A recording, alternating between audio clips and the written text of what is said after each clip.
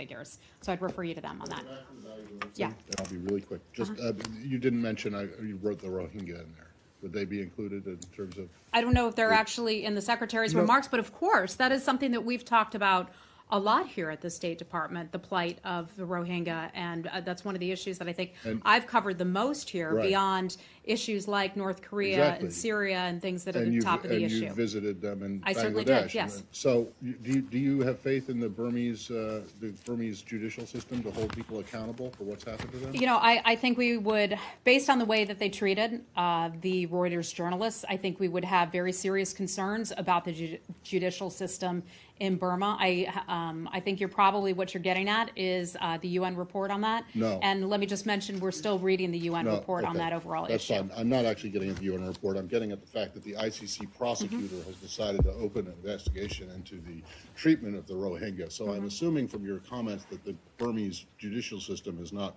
good enough that you would support an ICC investigation into Matt, I'm not going to get, I know you think you're being cute. I'm not going to get ahead of the process, but let me point out. No one has said that I was cute since my mother when I was about 7 years old. Heather, I'm not being cute. I'm asking you a damn serious question. There's a serious answer The National Security Advisor got up last week and trashed the ICC, said it was basically an illegal organization, that it should not be allowed to have any kind of The U.S. government believes that U.S. courts, as it pertains to our citizens, whether it be our civilians or our military, those cases are best handled in the U.S. judicial system. We don't believe that there is any higher authority as it pertains to Americans than our Supreme Court, than our own judicial system here at home. Fine, now, to your question, let me finish.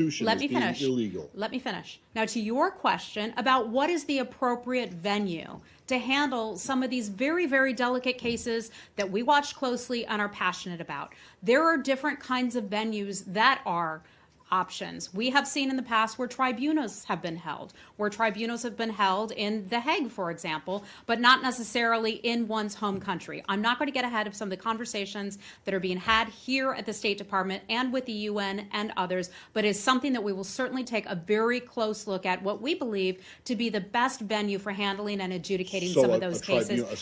An ad hoc tribunal might be okay? Matt, I'm not in the position to make policy here. I'm sure you'd like me to be right here. Love to. Right now, but that is not my job. That's not my proper role. But U.S. government, I can tell you, will take a very close look at what forum, what venue we think is most appropriate for handling these types of very sensitive cases. Thank you. Hey, Jessica.